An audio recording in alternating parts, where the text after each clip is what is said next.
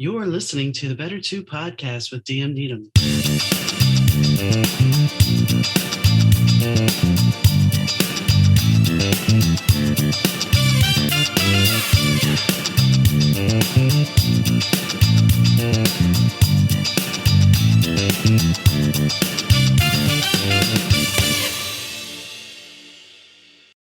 Hi gang, Donna here. Today I have the pleasure of sitting down with Sharon Valenti. She teaches people how to master their thoughts and create their reality so they're not so fear-based.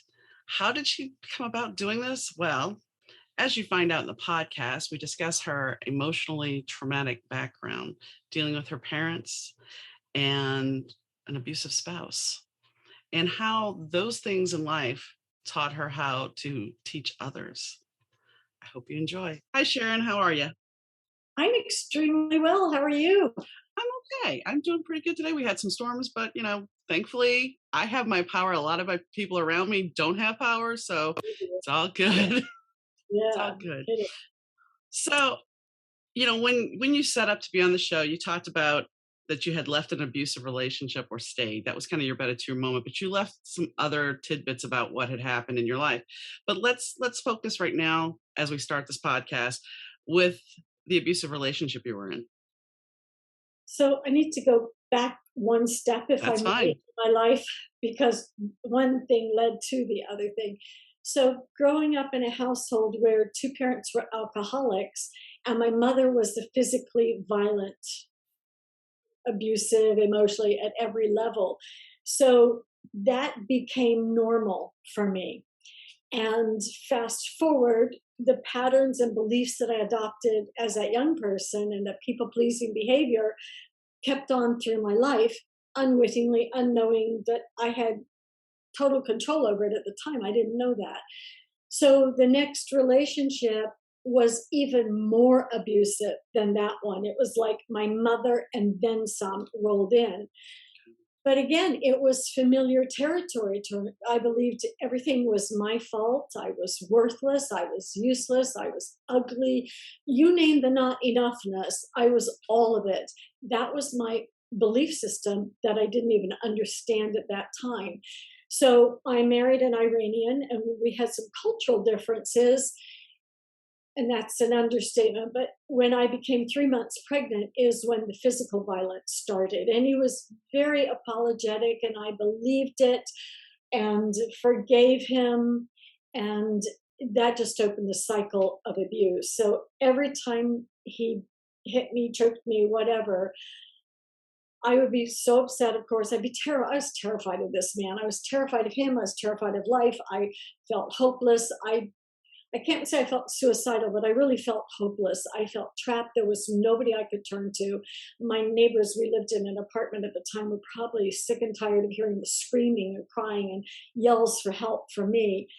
And it just got to be too much. And I had a business at that time, had a hair salon and a skin correction salon. And it was after he punched me in front of employees that I thought, I'm so humiliated at this point. I can't take it anymore. So I called the convent and I asked the nuns if me and my children could go into that. And they said, "Dear, that's not what we're about. There's domestic violence shelters." Well, I'd never heard of a domestic crisis shelter back then. And of course, that opened up another opportunity for me. So I called them. They came and got me and my children, and we literally left with the clothes on our back. And they got me a job, and it was sort of the beginning of a new start, if you will, but I hadn't changed inside. I still didn't think I was anything in life. So I moved to Pennsylvania, where my father lived, back into a rough and alcoholic environment, and my ex tracked me down there. And I took the phone calls, and he said, "Oh, you always said there's plenty of fish in the ocean. How many are goldfish?" And he finally started telling me all the things that I had waited to hear, probably from my mother as well as him. And so we got back together again. And this, I've since learned, is happens a lot in domestic violence. So fast forward many years, and we're in the midst of an argument, and I just internally said, how many more years can I take of this? 5 more years? And an immediate no was said. Somebody said no to me. And that was it. It was like a clarifying moment, scary and clarifying at the same time. So over the coming weeks, I started putting things into a storage space and looking for a place to rent. And I did, and I left. And that was the end of it. I'm still very, very afraid of him. I again fast forward many years. I learned that he was in a vicinity very close to where I lived, and my body went into physical shakes. And I've since learned that was actually PTSD. And I was like, how could that be? That you don't realize how deeply that kind of trauma affects you. Anyhow, I made a decision that I was going to change my life. I was going to somehow find confidence and all this. And the local college, in one of their off campus trailers, was hosting a class on developing confidence. So, of course, I signed up for it, and I show up at the allotted evening and time. And I was the only one who showed up, so they canceled the course. Oh, So no. it was like, Oh, okay, this little Linus cloud is not going to follow me around. I'm still determined. So I would read books. I just read every kind of self help book, and I would apply what I learned in it. You know, the pieces that I really resonated with, I began to apply them. And the Dale Carnegie, I think it was Dale Carnegie's How to Win Friends and Influence People.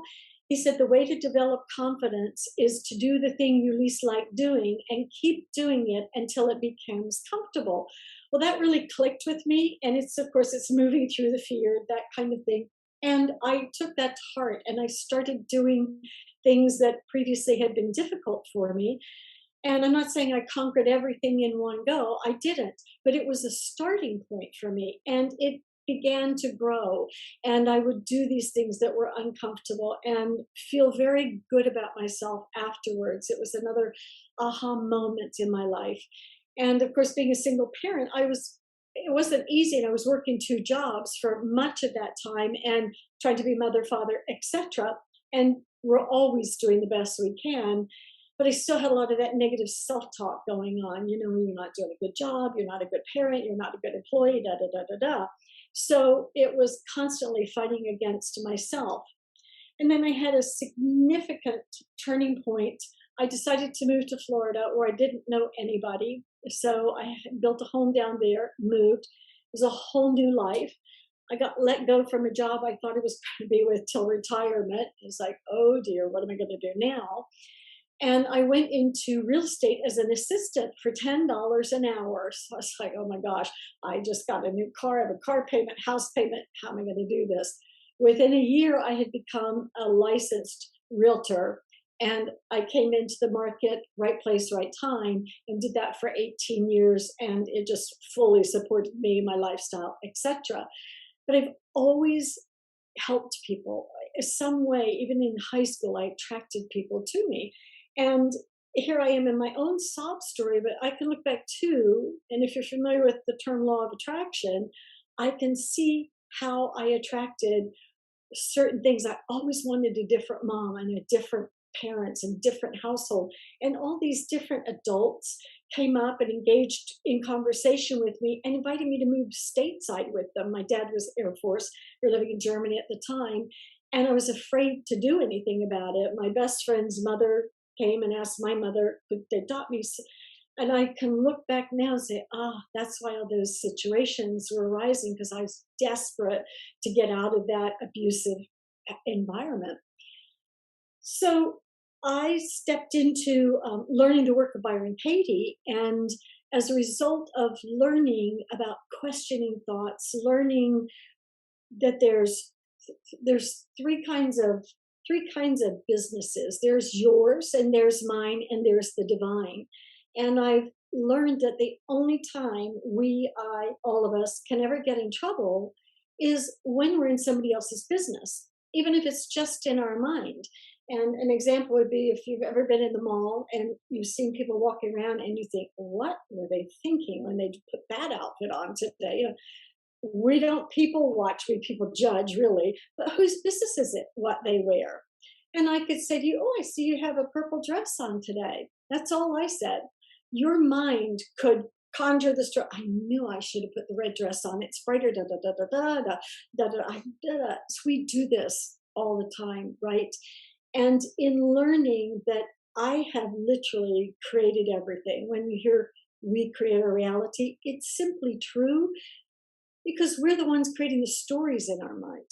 When we're maybe driving to work and that coworker that we're not too keen on, and we have that whole mental conversation going on, of course we win, right? As we're driving to work and we get to work and the blood pressure is all up, and that poor person is innocent, and we show up in this angry mood and they have no clue why, right? They're an innocent in that, and I just spent half an hour driving instead of enjoying the scenery, creating this horrible story.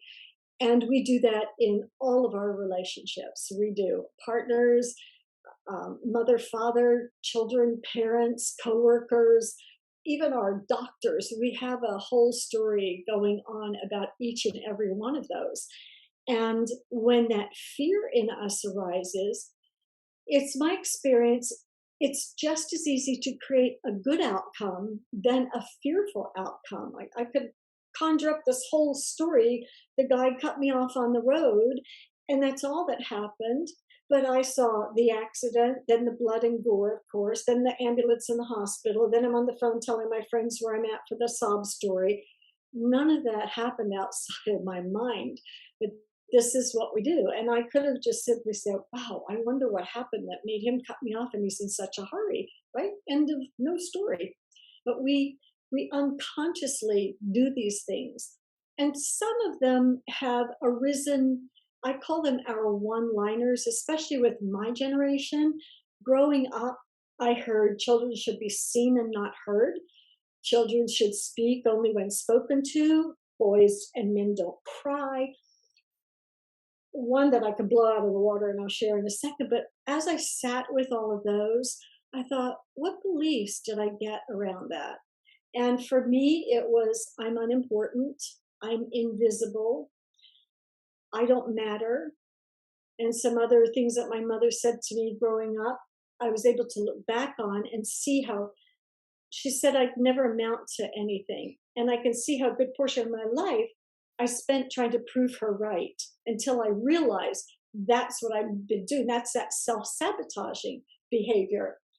And I suffered delusions of grandeur. Well, I realized I took on the belief about myself, because she never said it. I'm insignificant. And all she said was, you suffer delusions of grandeur. All she said, or he said, or other people, children should be seen and not heard. It was me as that 4-year-old and 5-year-old who took on my own beliefs. I'm not lovable. I'm a bad girl. Mommy doesn't love me. Daddy doesn't love me. And then when I was 8 years old and my father sexually molested me, I couldn't go to my mother because I was always afraid of being beaten by her. Here's the other adult savior in my life who's now done something I've been told should never, ever happen to me. And and in my child mind, and I was able to look back on this and understand it, I made it my fault. It's my fault. If I hadn't been here, if I hadn't even been alive, this wouldn't have happened. It's my fault. And somehow it also got translated that if a man loves me, or in order to be loved by a man, I have to let him touch me in ways that don't feel comfortable. I didn't even understand that until many, many years later. And I was able to look back on the history and understand it for what it was. And also, I was able to ultimately find compassion for both of my parents. I understand that in every moment, all of us are doing the best we can. In the next moment, it might be different, but in that moment, that's the best you can do in that mindset that you're in. A serial killer, same thing, anybody. In that act of rage or something that doesn't feel good, that's the best you can do in that moment. A second later, you might be terribly sorry you did it, but it's already gone. And it's already in my past. I've also learned not to argue with reality. How do we know things should happen? Because they did. End of the story. Stop bringing it back into this moment. It just keeps you upset, me upset, right? If I keep reliving it, and that's what we do. We take a couple of moments in time and we play it a million times in our mind over the years. And the other person has already forgotten about it. We're the ones who are still suffering until we stop to question, is it true? Is it even true what I'm believing and thinking anymore? And just get still and see. And it never is. Have you had experiences like that? Well, one thing you were talking about is forgiving your parents. And, the thing that I've talked recently about with a couple of people is you have to actually look back and as an adult, your parents aren't the perfect people that you hope they were as a kid. So you have to look back and think for a second. So what was their childhood like? And your grandparents, while they may have been wonderful people, you don't know what they were like as parents. So you have to look at the bigger picture of all of this and forgive them. And yes, I had the whole seen and not be heard, and one day you're gonna fall flat in your face from my mom. My mom was, at this point, it's guessing. We believe that she was undiagnosed bipolar. Um, but she committed suicide ultimately. But she was very much, she had a lot of all or nothing thinking, and you didn't know who you were going to get, so you were constantly off balance. And when you were talking about the I'm sorry, when I moved out, excuse me, when she tossed me out at 18 because of over a small disagreement, and then called me back the next day and said you can come back home, which I didn't. But when I moved in with my first roommates, one of them, one day we were out shopping or something, and she looks at me and she goes, "Why do you say you're sorry all the time?" Mm. And I'm like, "What are you talking about? I don't do that." She goes, "Oh yeah, you do." She's like, "That is like your favorite statement." She's like, "You didn't do anything. Why are you sorry?" And I think when you're coming into a situation, and my dad was a perfect dad for a long time, or at least appeared to be. And then when they split, my dad became good time Donnie. So my dad liked to party, and there was times, now he swears up and down he never forgot me, but when you're drinking, who's to say? And my mom would say, your dad didn't show up. So I'd be sitting out on the porch wondering who's coming to get me, when somebody's showing up. So, you know, it comes to a point where you got these two parents and you start becoming the parent because they're not going to be the parent, and then getting shuffled around for different people. You start questioning your value and where do I belong? Where do I fit in? And I think that's something very common with children in a dysfunctional family, not just alcoholism, because it can be just mental dysfunction. My mom was not an alcoholic. She didn't really drink. Her jam was overeating, which, yeah, I look at that and that's been my comfort go to most of my life. It's like, if something really got me, well, I mean, I didn't do it to the extreme she did, but it's still one of those things where it's like, it grew out of the behaviors we learn. And most people don't look that. Even the negative self-talk comes from what you learned. And I think most people don't realize that as a parent, especially if you're younger when you're a parent, because I was a step parent for when I was 22. And I wasn't quite through all the trauma yet. And I can be a much better step parent now than I was then. But at the time, I did the best I could do. And I still was dealing with my generational stuff. The thing is, we pass this trauma on through generations, and it's never really discussed, never really talked about. You're just dealing with it the way you deal with it. That's it. Mm. So, So did you have to deal with any feelings of abandonment or rejection? oh yeah, my mom. I mean, at a certain point in my life, I lived with my fifth grade teacher because and I was talking to somebody about this week actually. In fifth grade, we had a flood, and I lived in New Orleans, and the whole city was flooded. It was May 3rd, 1978, and my mom didn't come get me. So my mom doesn't come get me. The school teacher, finally, me and another kid, a school bus comes along, picks the teacher up, me and this other kid, and takes us to her house. My mom, being the nice person, decides to befriend my teacher. It's the end of the school year, but she befriends her. They become friends, and she's going to go teach at the school that's for advanced learning across the river, because we were on the West Bank. And my mom is sitting there telling me, because I'm like, I don't want to live with her. Well, you're going to live with her. And this is a woman that she prided herself on being a disciplinarian. And, you're sleeping in the same bed with her. She's got a Doberman. So when she lets that Doberman at night, do not move because it'll come after you. Okay. So, Oh, my mom's like, well, I'm over there tutoring people, but you're not visiting me. You're not hanging out with me. And my life becomes, even though there's other kids around, we're sitting at a table doing homework or whatever. There's no real social aspect. So it's like, yeah, the feelings of abandonment from my mom, feelings of abandonment because, dad wasn't showing up at times. So it's like, so you had to find situations. And the first situation, I mean, my first marriage, one of the main reasons I left my first marriage, I mean, I love my being a mom. I love my two daughters. They were great, and they were calling me mom at the time, so I had that family connection. It wasn't that I forced them, they asked. But I had the kids, I had that. But my relationship with my husband was not a healthy one.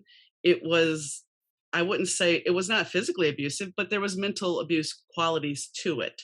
And when I look back at it, it's like I remember thinking, okay, I can't, like you, I said, if I stay, I felt like I was stagnating. I felt like my life was just draining. And I'm like, okay, if I stay, what is going to happen to me? What am I going to do? So I left. I left because I always thought in the back of my mind he was going to leave me. And I guess, I mean, boy, I'm just going to out myself here. take the guess out of it. You left No, to as protect much as much as I love my second husband, and I love him and I miss him completely. When we got together, he was sick. And I always said, he's like, I'm going to end up leaving you. I'm like, no, no, no. It's better to love you and lose you. And I'm like, you're not going to leave me. You never know. I could get in a car accident and die tomorrow. And yeah, he left me. And now I'm sitting here, just this moment, it's like, there's that light of, well, you got out of the situation. You had somebody else leave you again. So maybe that's another reason why my grief now, a year later, is kind of worse because that resonating of abandonment. Sure, it's a recurring scene. Can you see today, though, that it wasn't the others that abandoned you, that it was you who abandoned yourself? Oh, You yeah. didn't show up for you. And we have that habit of trying to recreate the past and have it have a different outcome. And it doesn't, does it? It just is more anguish and it's repeating the cycle until we become conscious of it, which you have, and chances are you won't repeat it again. Well, and I was going to say, talking about cycles, I mean, that's the one thing if you are very clear about your life, you can look back and say, okay, and this is something I've always done. I had a very crappy stepfather. He wasn't, well, I can't take that back. Can't say he was. We did have a major fight, physical fight, but I knew from having him as a step parent how to be a better stepmother. I knew, and that's the way I've always looked at life. If somebody has come into my life, I it's taken me time to recognize patterns over the years. But now that I recognize them, they don't stay in my life very long if I recognize that pattern. And I Yeah. think that's something that most people don't look at. They don't look at what lesson did I learn here that actually helps me in this part of my life. Yeah. And I think it's something you have to be aware of. Absolutely. We are the common denominator in every situation. And if we don't clean up our own baggage, we just keep taking it with us. And I'm ready for new suitcases, right? Are you? Well, I mean, there was a movie called Terminal Velocity that it was a bad movie, but Charlie Sheen said this one line, and it stuck with me. And it was, "Pack your bags, you're going on a guilt trip." Yeah. And a lot of Yeah. people will do that. They will guilt trip you because, especially because of the people pleasing behavior and the "I'm sorry" operatives. Um, they know how to work that, and it's funny because, and since we're talking about patterns, you get to a point where people don't realize that emotional patterns are very much like an addiction. They don't understand that. But the fact of the matter is, I can tell you when I was working and my job got so stressful, and I was a claims supervisor, and my job was just through the roof, the stress wise. And I would go into my boss's office and I was talking to him about something, and I'm like, I'm sorry. And I didn't realize it. And about a half hour out after the meeting, he looks at me, goes, "Why do you say I'm sorry all the time?" And so now I'm conscious of it, that if that starts playing in my head, then I need to start reeling stuff back because my self-esteem is taking a hit. Yes. Yeah. And of course, we say we're sorry out of the thought that we just did something wrong. And of course, we haven't done anything wrong. And to your point, it's that mind, the body follows the mind. We are habitual, and it's been so programmed. The good news is, though, we can unprogram all of that. We really can. And that's what I help people do. It's like, become the master of your thoughts and emotions, and that does require slowing down. There's no magic wand out there, but when you get to the point that you are and you want that change, you're aware it's been running your life for way too long. And would you prefer $1 billion or peaceful thoughts? Tough choice, right? Well, and there's a Not really. caveat there, because sometimes our fear and our stress level is through the roof due to money. Mhm. However, what did you ever hear, money doesn't grow on trees? Yes. That's still not true. It's made out of paper. Paper comes from trees. Look at those trees out. I've got forests in front of me, right? However, money now has become more of a numbers game, and it's not even something tangible most of the time. If you didn't have to worry about money, if we simplified our life, and I've had the privilege of walking amongst, it was an exercise we had to do amongst the homeless in Santa Monica. And the first reaction is to shut down. But the truth is, when you sat down, you didn't even have to talk to them. You sat down, and it was coming on lunchtime, and there was a lunch lady that came around, for lack of a better term. She handed out the bags of food, and of course, I didn't get one. And the homeless person, offered me half. Now, do you think if I went into a restaurant and sat down at a stranger's table, they would offer food? No, they call the guards to get rid of me, right? Yeah. But do you think they worry about where the electricity is going to come from, No. where they're going to sleep, where the water? No. And I'm not even suggesting it's an ideal situation, but that is people's worst fear. And I say, and then what? I won't have any money. And then what? I'll lose my house. And then what? I won't have a place to eat. And then what? Well, I won't have any food. And then what? Well, I won't have a car. And then what? I'll be all alone. And then what? I'll die. Well, that alone and die is going to happen anyhow. We don't have, we are all we have at the moment, really, all of the time. And that's a comfort zone.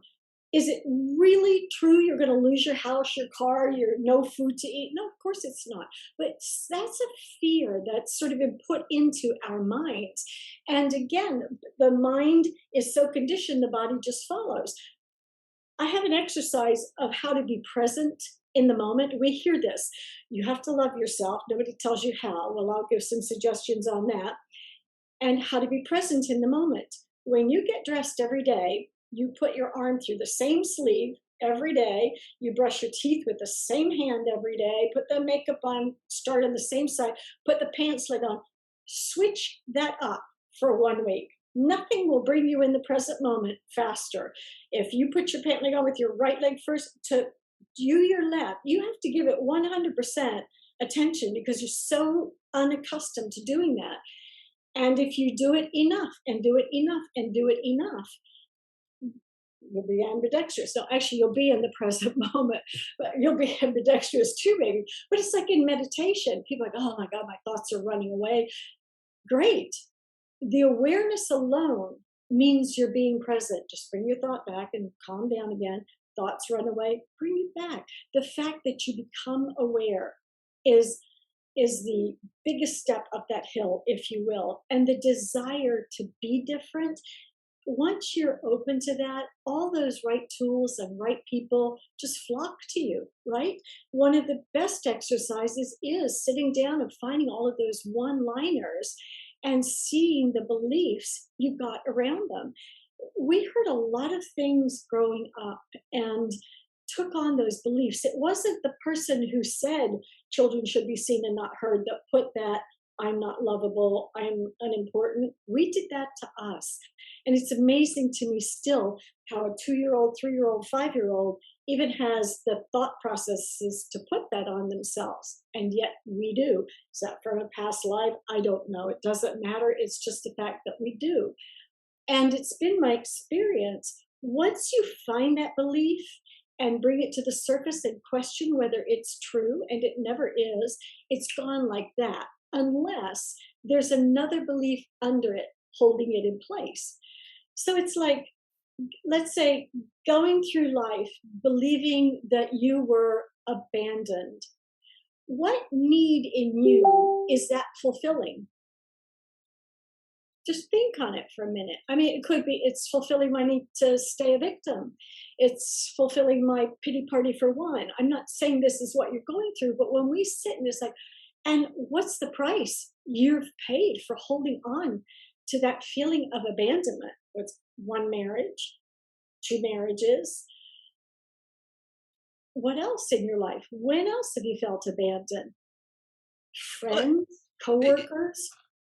even though John passed, my second husband, I don't necessarily totally feel abandoned by him because I mean that was always something that was going to play. Um, But didn't you pick a scenario where it would lead to a loss again in your life? Possibly, very possibly. I think the bigger picture is when I look at myself, and the bigger picture for me, the trauma that really bothers me and has stayed as a foundation of my life is the fact that when my parents split, I was basically a spoiled kid before they split. I had my own playroom. I had a shed outside that had toys in it. I had my own bedroom. I had a great bedroom set and everything. And when they split, I had nothing of my own per se, because at that point we moved in with my grandparents. My mom and I were sharing my bed for like 2 nights, and then she said I kicked too much, so I got relegated to the couch. And then all my toys were packed.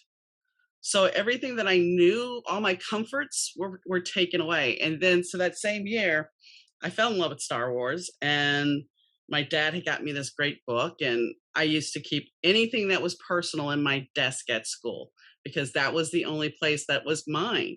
And so my mom took me to a doctor's office, same teacher.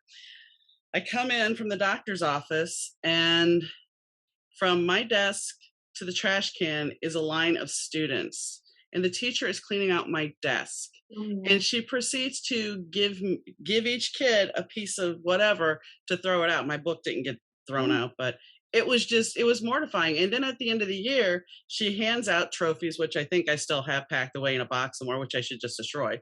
Half of a jackass on a mount. It's a trophy. And she's like, I didn't know whether to give you sloppy or messy. So here oh, you go.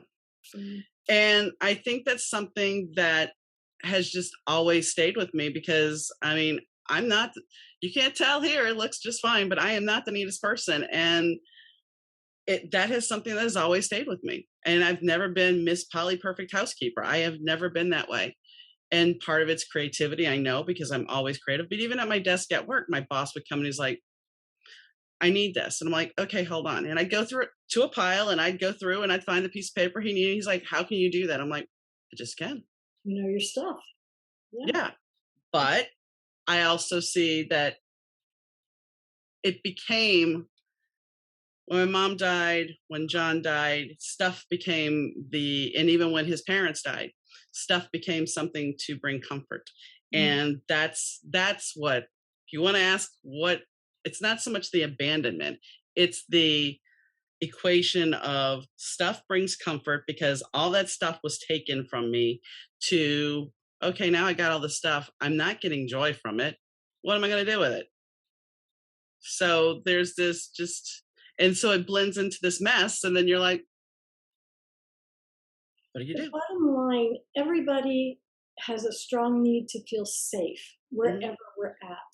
And whether it's through food or keeping things around us, that creates that safety net. Even putting or rearranging our life, whereas if we had one on one interactions, and I can say this for myself, I prefer now to limit my one on one coaching sessions and I'd rather continue with the online courses, and I only have to appear once a week in one of them, because that enables me to feel safe in my own environment, and I'm not going to be drained by taking on somebody else's energy. So we all have our ways of feeling safe. And some feel better than others. Like you said, you're not getting comfort in keeping things around. So we will continue to look outside of ourselves until we find it inside of ourselves. Not to sound hokey, No. it's the truth. We are brought up to look outside for love, approval, appreciation. We've never, unless we're brought up with the monks, we've never been taught that everything is inside of us. And that's one of the purposes of meditation. And I can tell you, I'm not a big meditator. I like short half-hour ones. But when you do get still, sometimes those, and it can be a walking meditation, the best ideas come in. And you're like, oh, write that one down, right? Because you just are uncluttering yourself for a while. And all those answers are there. We just have to let them flow up when they're ready to flow up. And so just helping people I have a process where they write a letter, and in the second paragraph, all of those hidden beliefs surface.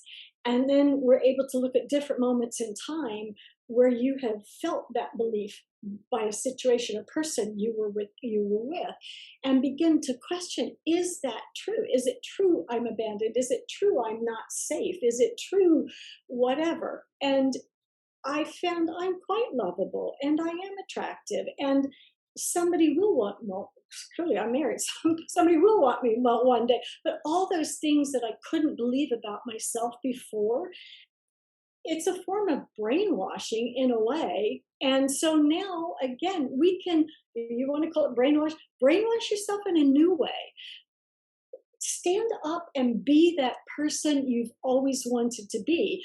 My husband is a licensed psychologist, and he frequently says, I don't anymore, but he said, how long are you going to blame your parents for what's going on in you? And it was a good eye opener. It's like, yeah, it happened one time with them. I played it a million times. So I'm doing it to me. And that's where you begin to take full responsibility. And to your point, you're starting to notice, ahead of saying, I'm sorry, and pull yourself back from it. It's like similar to what they teach in public speaking. Don't say the ums and ahs, pause, give yourself a chance to collect your thoughts and your audience a moment to take in what you said. I'm sorry, I didn't do anything wrong. That would be my first thought. What did I think I just did wrong? Nothing. Okay, I'm not saying sorry. It's that funny little game that we play. And we also do this. We feel we've made an error. We beat ourselves up for making the error. Then we beat ourselves up for beating ourselves up for making the error. It has to stop. How do I know it should have been that way? Because it was. One of the biggest traumas in my life was when my son died 6 years ago. And I remember calling him in the morning, and his girlfriend answered, and she said, I think Shaw is dead. And I just said, oh my God, call the ambulance. She already did. I'm on my way. Well, I got every green light, and I must have done 100. You look back, you're like, well, there's nothing I could do. Yeah. I got there, and while I was waiting for the coroner to bring his body out, I sat there, and my mantra was, how do I know he should be dead? Because he is. Now, I could have, and it was only because of my training. I knew not to say, oh my God, he shouldn't be dead. Why is he dead? Da, da, da, because that would keep me hysterical. It really would. But it helped calm me down. It's like I'm not fighting with what has happened. I truly wish it hadn't happened. I miss him every day. I also know I'll see him again, though. I mean, my belief is we will see each other again, and I'm okay with that. And he's given me a million signs, all the time gives signs. So how do I know it should have happened? It did. How do I know, he's a 3-month-old baby at the time, and how do I know that that wasn't the path his child chose to experience? I mean, I know nothing. I just know nothing, really. So who am I to question any of this? It happens. There are some people who've lost 3 children and a husband and things like that. Not to compare. Worst thing you can do is compare. And I remember going to one and only one grief group, and when I walked into the room, other people had already gotten there. And I remember thinking, oh my goodness, every one of these people has had a child that passed away. And they were at various stages. The lady next to me that happened 2 weeks earlier with her baby, and somebody over here a few years earlier. And they were either angry or just distraught. And I just thought, I tell you, I came out of there and I felt good because it was other people who could understand where I was at on an emotional scale of the stress and sadness involved with your child no longer being physically present. But I never once argued, why did it happen? Because it happened. It's like, why did it rain today? Yeah. Because it did, kind of, it's that black and white. And I know there are some people that would not necessarily agree, and I'm not trying to convince anybody. I'm simply saying that's my life and my way of addressing everything in my life these days. And when I'm not arguing with reality anymore, when I go back to that $1 billion peaceful thoughts, when you have peaceful thoughts, you're not even worried about $1 million No. or $1 billion. And back to, you're not, when you have peaceful thoughts, you're not thinking, oh my God, I'm going to lose my job. How am I going to pay my bills? Somehow, some way, everything takes care of itself. I've never been on the streets. Have you? No. Like living out of a cardboard box? No. No. Has there ever been a time where you've not been able to get a meal from somewhere? No. Friend, parent, garbage can. No, I'm kidding about it. Somewhere. No, I know what you're saying. I do know what you're Right? saying. So we terrorize ourselves. I mean, think about that. We scare the daylights out of ourselves. Does this come with the setup of expectations? This is the Yes. one thing that we haven't really touched on is expectations that, you know, my generation, I'm pretty sure your generation was taught that your life is going to be a certain way. And this, as a woman, especially, you are expected to get married, have a child, and maybe go to work. But you're expected to bring a child into this world. You are expected. And you are expected to have the white picket fence, and you're expected, you know, Station wagon. right. And I mean, the thing is, at a certain point, for me, because I've never actually been a bio mom, I told my mom jokingly at 17 that only way I'm ever going to have a kid is if I get married and somebody has one, or I adopt. But I'm not doing it. And she just scoffed at me, but self-fulfilling prophecy, I look at it. But there's Yeah. certain expectations that we set up for ourselves. It's the expectation of, oh, I need that purse. Oh, I need this. Why do you need this? Oh, I need to create this persona online on Instagram. That's nothing like me. Right. But that's not your expectation. No. We are living some other generation's Yeah. expectation. June Cleaver with the vacuum and the lovely Hmm. dresses. It's a fantasy world, and I grew up with the same beliefs: picket fence, the lovely house, two kids for me though, the dog and the station wagon, good old fashioned station wagon. We all grew up that Walt Disney sort of ideal, and nothing about that time thought about moving forward into the future. So that too is becoming aware of that and having a willingness to let that go. Much as we might want that still as an ideal life, it rarely exists, if at all, outside of outside of TV. And so again, it's stepping. We can step into the life that we want, but we can't be vague about it. I used to, well, I'm still a licensed realtor, but I'd sell a home and I'd say, "What's important to you in a builder?" And they would say, "Quality." I'd say, "What does quality look like to you?" They didn't even know half of the time. It just was a word that they said. And so I would kind of call them on it. I need to know, what is quality to you? You mean a nice piece of wood, a 2x4, 2x6, that kind of thing. And we parrot these things that I'm particular about how we do our English language. If you say to me, "You don't have any sugar, do you?" Are you telling me I don't or I do? Oh, we say stuff like that. You're not going there, are you? Mhm. Am I not or am I? So it's simply, where does it start? Does it start at home with this generation, little kids? Does it start with the teachers in school because the parents are so busy still trying to be the Jones, keeping up with the Smiths? And we have a stressed out world now who are still trying to live our parents' beliefs. It's a much faster world now. There is no such thing as vacation because the iPhones, the iPads, the laptops go with us everywhere. And people are burning out. Just, I mean, the suicide rate we know is up. But that's where slowing down, questioning the beliefs, first of all, finding the beliefs. Am I living my dream or somebody else's dream? Am I carrying somebody else's beliefs? I mean, the simple, silly ones are walk under a ladder, it's bad luck, right? Break a mirror, 7 years bad luck. Well, we don't believe that anymore, right? I was born on Friday the 13th. I love it. That's coming up this week, actually. So, I mean, for me, it's like, Right? okay. But it's like, yeah, I think I'm a rebel. I love the Addams Family. Morticia would cut the roses off, that kind of thing. But you see, we carry those silly beliefs forward without even questioning them. I told my son to leave the door of the oven open when he was going to broil something one time, and he said, "Why do we have to do that?" And I said, "I have no idea. I just learned it." That's how mindlessly we go through life doing this to ourselves, and we have equal opportunity to stop those kind of behaviors and move into the kind of life that we love. And it's easily it's easily induced. It takes some effort to maintain it until it becomes your new behavior. Once it's your new behavior, like you said, you're noticing the sorry.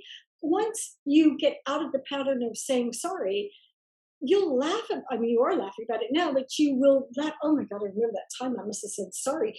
The minister's wife came to my house, and I was so conscious not to swear any little tiny word. I must have said holy mackerel instead. She just thought I had a fish fetish, but it was just being really mindful not to say anything I'm not supposed to in front of the minister's wife. She probably swore worse than I did for all I know. It's just that belief system that's Yeah. put into us. So helping people question those, find the beliefs first of all, question them against different situations in life that has triggered those beliefs to see if it was really true. And as soon as you see it isn't, it's God. It's like this big weight has gone off your shoulders, but you must be willing to make that change. You must want a better life for yourself more than anything, right? Right. And I think that's, let's go back to the parent thing for a second. A lot of people will sit there and they're still blaming their parents, and that's fine. I'm not saying you don't, but they're like, well, I don't want to forgive them because I don't want them in my life. I'm not saying that you have to forgive them to bring them back into your life. It's you forgiving them or anybody else that you feel has done wrong to you, you forgiving them and healing that over. That way it's done, it's cut, it's done. And, you're not living in that victim mentality. My father, he used to sit there and question about the girls. Because when the youngest one was 16, she was having some issues, and her dad and mom called me and said, "Can you come down to Dallas?" I'm like, "Sure." So I went down, talked to her and everything. And before I went there, I went to New Orleans to see my family, and it had rained and everything. And I'm like, well, there was a little bit of a flood. And I'm like, well, I'm going to head out. Everybody was okay. I'm like, I'm going to head out to Dallas. Why not stay? Like, because I'm supposed to go see the girls. They're not your kids. Okay, well, that's fine and dandy. He preached that to me so hard, so long. But wait, there's more. So his wife, his second wife, when she passed, she had a grown daughter. And my dad had been there like a dad for her since she had been in high school.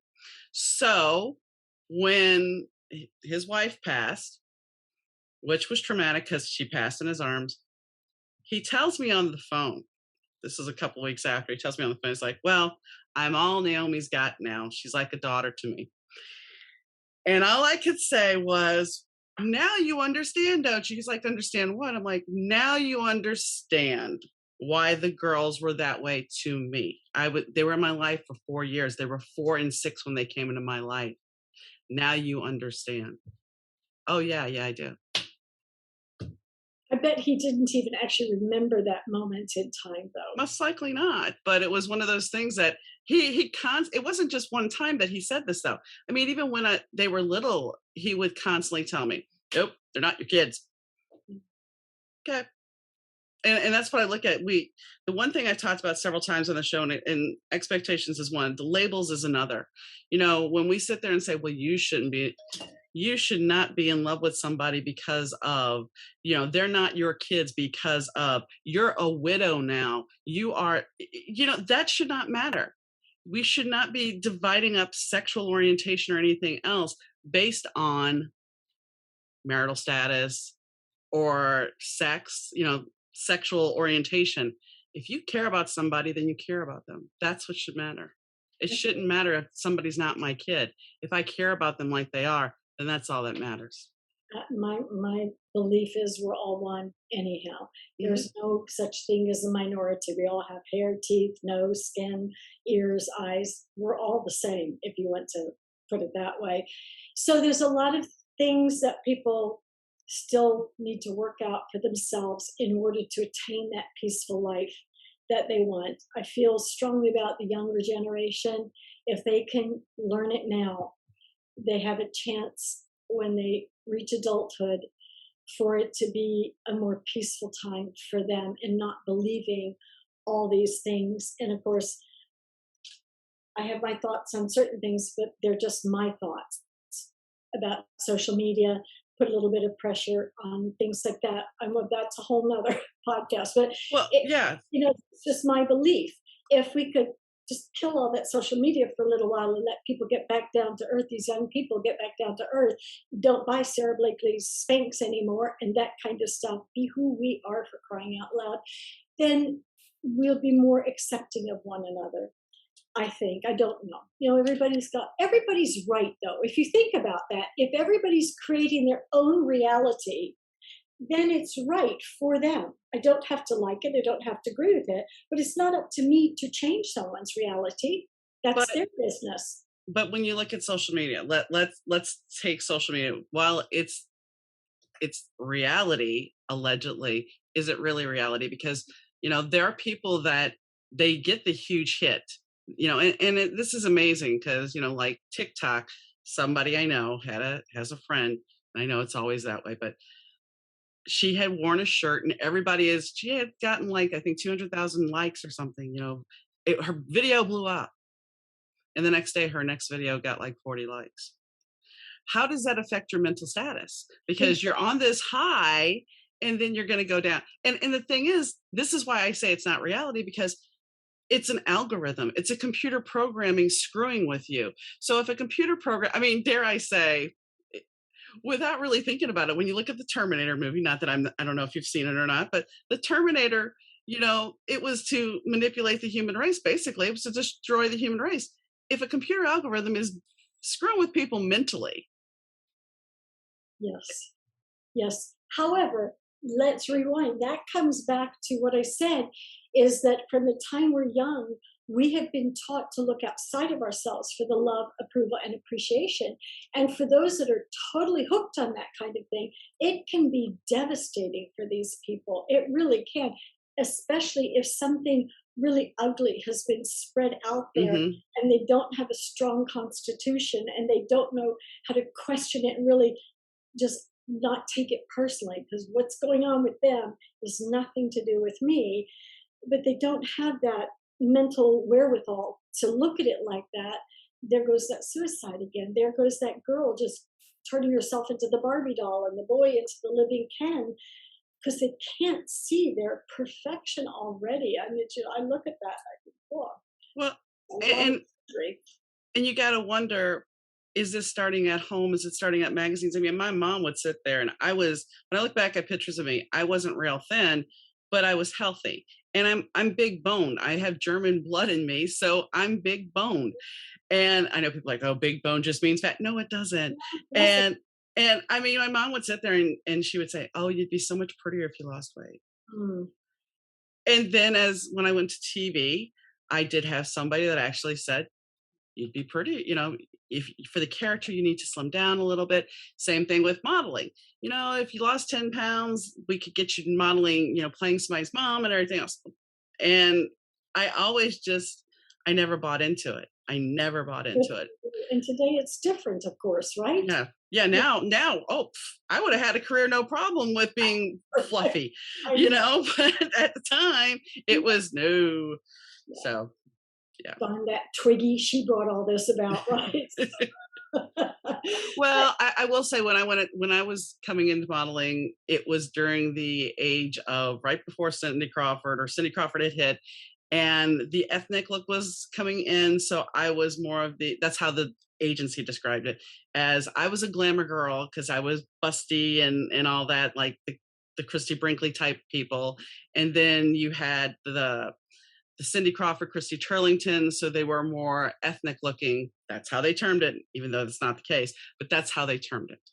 So they're like, well, you do better catalog modeling. It's like, okay. I mean, I still modeled lingerie on TV, but that's beside the point. You were brave.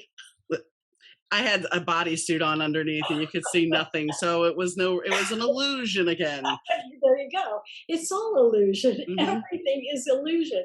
For me, I choose peaceful thoughts. I love my life. I live every day happy. I do things that only do things that make me feel good. If it doesn't feel good, I'm not doing it anymore. And if that includes vacuuming or dusting and I don't want to do it, I don't do it. So I have to ask this. How are you faring? I mean, do you ever watch the news? No. My Okay. husband is a news junkie and he'll say, "Did you hear what happened?" I say, "Is it good news?" No. Okay, thanks. Don't share it. Because I mean, now it's like the fear is just crazy. I mean, fear is running rampant now, and I do not watch the news. I stopped watching the news What are before people my husband afraid passed. of? That they're going to die of COVID? You're going to die Yeah, regardless. yeah. What are you believing about what's going to happen when you die? What's I going to mean, happen? You're not going to be around. You won't care. I'm again not making light of it. no, It's an no. But unrealistic fear. It's an unfounded fear. my husband, he died in the car with me. They got him back an hour later at the hospital. They woke him up, and he passed again at the hospital. They got him back, and then he was on life support for 5 days, and then we took him off life support. So he died 3 times. I've been told, yes, he knows that he died 3 times, but he never really regained consciousness. Right. And I knew after the car he was never going to be the same once somebody has been oxygen deprived for that long. But the reason he was on that for those 5 days is there was a couple of days that we had a year before that I didn't want to tarnish. And secondly, I wanted to make sure I had all the information and I was sure that it was time. And there was nothing, once I got that peace of mind that I knew there was nothing that could be done, it was time to let him go. And I think It's that's what people yeah. don't always look at. It's acceptance. When you move into acceptance, and that brings me back when you're talking about forgiveness, I let go of the forgiveness concept for me for the simple reason if I say I forgive you, in the back of my mind, I'm still acknowledging I think you did something wrong. In my mother and father's case, or anybody's case where I've had a perceived wrongdoing, I said, everybody's doing their best all of the time. I accept in that moment of molestation, you were doing the best you could. And you are a child pervert. I don't want to be around you anymore, but accept that's who and how you are. There's nothing to forgive there, except you're just that kind of a person. It's like a stranger. If I'm watching a horror movie, serial killer thing, documentary, I accept I don't like it, but I accept, "Ooh, this is who this sicko is. Mother, alcoholic, abusive. I accept that's how you are. And you're incapable of love. And I refuse to challenge that anymore. It's who you are. I don't want you in my life anymore, dead or alive. I don't want either one of them, and I never want to see them in the afterlife either. I'm done. The lesson from them, and yes, always look for the lesson, was how not to be like them. Although I did take on some shades of my mother with my own children until I wised up. So not everything was bad, um, but I can give it her credit for all of the more refined things that she taught me. And she taught me how I never want to be in life.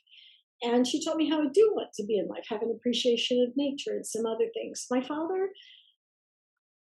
um, I think there was a bit of, what did I learn from that? Trust my own instincts rather than trust other people in my life.